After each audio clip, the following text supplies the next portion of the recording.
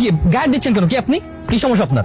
সমস্যা তো অনেকই আছে, এখন কোনটা বলবো? দেখেন আন্টি ভনিতা করেন না, আমার এমনি তো সময় কম। কি চাই সরাসরি বলেন, তাড়াতাড়ি বলেন। আমার তো প্রেম চাই, ভালোবাসা চাই, সাথে তোমাকেও চাই। তুমি বুদ্ধ একটা, নিজের গার্লফ্রেন্ডকে চিনতে পারো না?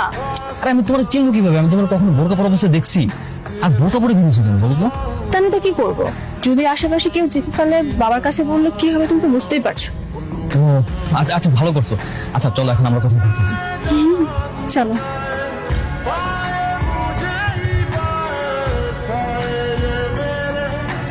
কি এভাবে তাকিয়ে কি দেখছো? তাকিয়ে আমি আমার প্রিয় তোমাকে দেখছি। তুমি কি জানো এই বোরকা পরলে তোমাকে কতটা সুন্দর লাগে? তাই বুঝি। আচ্ছা, আমরা বিয়ে করছি কবে? বিয়ে? হ্যাঁ করবো তো। কেন, তোমার বাবাকে প্রস্তাব পাঠাবো? যদি মার খাওয়ার কোনো ইচ্ছা থাকে তাহলে পাঠাতে পারো, কোনো সমস্যা নেই।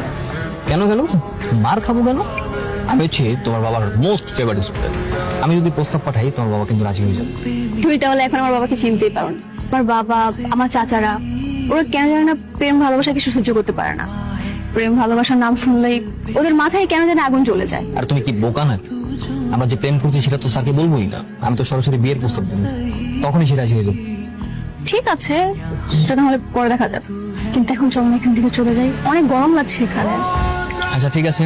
কিরে, পড়ালেখা কেমন হচ্ছে তো? এই তো বাবা, ভালো।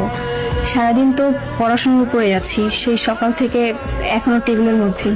কি জানি, সারাদিন তো আমি বাসায় ছিলাম না। টেবিলে আছিস না কোথায় আছিস আমি তো বলতে পারবো না, কিন্তু ফাঁকি দিস না, ভালো করে পড়। না না বাবা, ফাঁকি দিব কেন?